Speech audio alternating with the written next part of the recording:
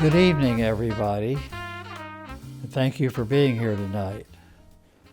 When Michael Maslow called me to let me know that the Board of Trustees at the Huntington Theater Company wanted to award its first Lifetime Achievement Award, and they had chosen me to be the recipient, I was very surprised and extremely honored. I had originally thought about reciting a quick biography of my long life of 87 years, but on second thought, felt it would be more important to focus on the 5 major turning points that would affect the rest of my life. My early years were spent in Dallas, Texas, after having been born in Los Angeles. My mother died in 1942 when I was 8 years old, and my sister was 5. Our father loved to travel and spent a good amount of time taking us on meaningful trips each summer and during school vacations. He taught me a lot about life and business, getting me involved at an early age in helping keep financial records in the pre-computer era. This was the beginning of my interest in the process of investing, as well as learning about other businesses. This was the beginning of my interest in the process of investing, as well as learning about other business activities in which he was engaged. In 1958, after completing 7 years of college and having just embarked on my first career job in New York City, I received a telephone call from Alabama announcing his passing. 2 years earlier, he had designated me as executor of his estate and trustee of my sister's trust fund. I was 24 years old, and on receiving this news, I immediately arranged to take a leave of absence from my job in New York and flew to Alabama and then to Dallas to take care of his business affairs. I sold our family home and 10 acres of a 110-acre farm northwest of Dallas, which turned out to have been a very profitable decision at the time, as land in the metro Dallas area increased by tenfold over the next 20 years. I was very grateful for my father's confidence in me to become head of the family at such an early age. He taught me many things about the love and benefits of travel, the art of fishing, and the ability to make decisions and act upon them. The greatest lesson from my father was learning to be flexible, but to set goals and to try to take advantage of opportunities as they present themselves. I spent 7 years in college at SMU, the University of Oklahoma, and Harvard Business School. I received a degree in chemistry and then thought I might want to study petroleum engineering. The University of Oklahoma offered me the opportunity to get a master's degree in just 2 years, but midway through this process, I had the opportunity to visit Harvard Business School, where I immediately knew this was where I wanted to be. Upon graduation from HBS, I received an offer from Exxon, working in a long-range planning group. For the next 2 years, I lived in New York, leading a happy life, which led to the single most important event of my entire life. I met Jenny Ketching at a party, and after 6 wonderful months, during the fall of 1959, we decided to get married in March of 1960. She was very supportive of me in everything I wanted to do for the next 40 years, including moving to several cities, while creating a terrific home environment for our 3 children and myself. Over the next 5 years, we lived in Baton Rouge, Louisiana, Houston, and Houston, Texas. It was when we were living in Houston I came to the conclusion that I was interested in changing careers and moving into the investment business. This was a life-changing decision that was carefully researched. I joined Donaldson, Lufkin, and Jenrette in 1966 in New York City, and then accepted a position at Putnam in Boston. After a very successful 5 years at Putnam, I, along with 4 other partners, decided to start an independent investment management company, Frontier Capital Management.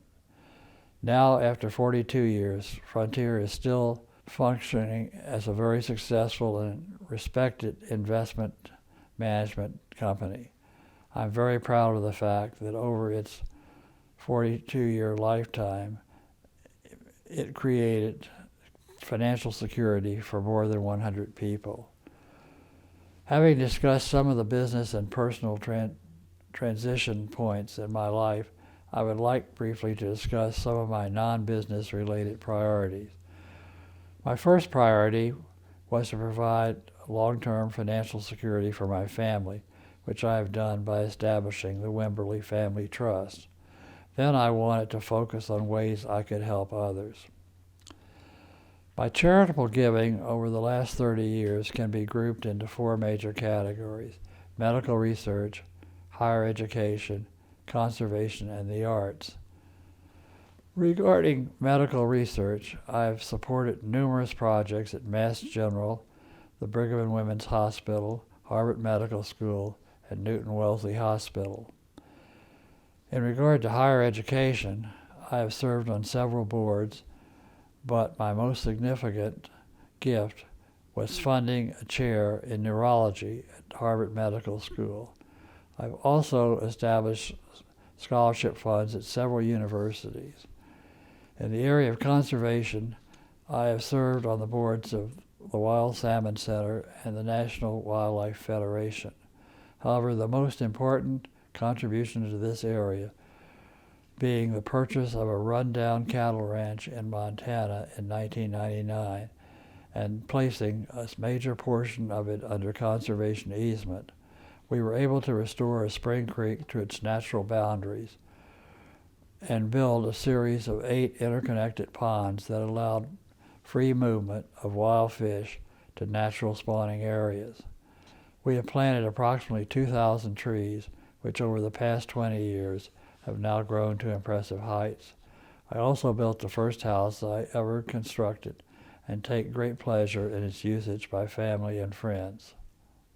The arts became a major area of interest to me over the past years.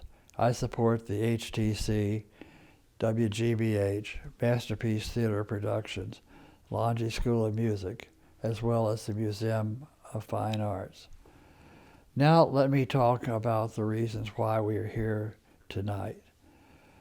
The past, and more importantly, the future of the Huntington Theater Company and the work it is doing to change Boston's theatrical scene and beyond.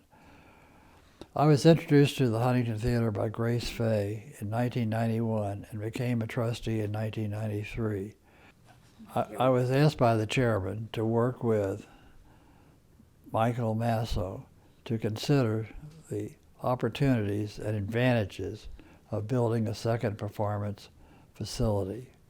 Over the following months, Michael and I traveled to Philadelphia, Washington, and Baltimore to visit other theaters of our size who offered more than one platform. Clearly, obtaining additional performance space would increase our independence from Boston University, who had provided access to their theater on Huntington Avenue and a cash subsidy since the inception of the Huntington Theater Company.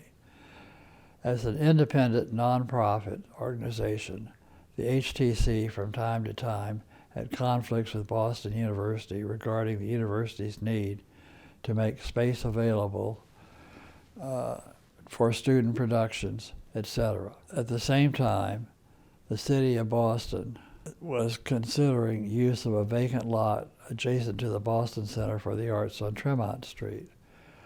Working with the BCA, we made a proposal through one of the bidders for the creation of 40,000 square feet of theatrical space in a new building that would be operated as a high-end condominium. Our deal with the BCA was that they would have title to the building, but we would operate the theaters under a 50-year contract. Finally, a contract was awarded to the Drucker Company for construction of condominiums, including a theatrical space, and plans for the project were drawn up. There would be a traditional proscenium stage, seating approximately 375 to 400, and a black box theater with seating of up to 200 people. It would also include rehearsal halls, adequate dressing rooms, and a modern set of theatrical equipment. Our job now was to raise the necessary funds to pay for the theatrical space and begin funding an endowment. With Bill McQuillan as head of the capital campaign and full cooperation of the entire board, I had great confidence that we would be able to raise at least $20 million.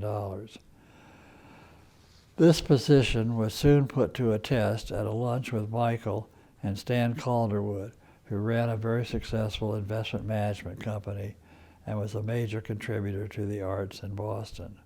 After explaining the project and what we were thinking of in the way of outside contributions, Mr. Calderwood turned to me and said, "Mr. Wimberly, now how much are you planning to give?" I hesitated, not having decided yet what my plans would be, then quickly threw out a higher number than I had planned. He asked for time to think about it and then generously made a similar pledge. After his death, several years later, his estate contributed more than $10 million to our endowment fund. Building the Calderwood Pavilion was the key turning point in the growth of the theater to the point that we now occupy. I'm particularly pleased that the main theater in the complex was named the Virginia Wimberly Theater. I served as chairman of the board from 1996 until 2010, and during this period the HTC transformed itself from a regional production company to a nationally recognized leader in classical work as well as new works dealing with contemporary issues. Artistically, leadership also changed with the resignation of Peter Altman as our first producing director, then Nicholas Martin, a director with strong attachment to a number of New York professional actors and actresses. And lastly, Peter Dubois, who brought a new sense of excitement and commitment to important social issues to the Boston stage. With Peter's resignation in 2020, we now have begun our search for our fourth artistic director during the most exciting time in the theater's history. At about 6 years ago, BU arranged to sell its properties on Huntington Avenue, including the BU Theater, to an outside developer. Working with the City of Boston and the developer of the properties, we were able to purchase the theater complex for a total price of $1. Beginning this fall, we plan to produce most of our productions in the Virginia Wimberly Theater during the 21-22 season, while construction, which began earlier this year, of a new modern state-of-the-art facility continues. It is important that we all get behind the fundraising effort and give to our maximum or beyond our maximum capacity. It will be a work and treasure that will live well beyond our lives. This probably is the most important thing we can do to aid the cultural growth of the city of Boston, and I'm sure with your help we will exceed the ambitious goals of this campaign. One last point that I would like to make is to give recognition to Michael Masso, who through nearly 40 years of service has been the glue that has held the endeavor together and has gotten us to the place that we now occupy. Michael, thank you very much, and good night to everyone.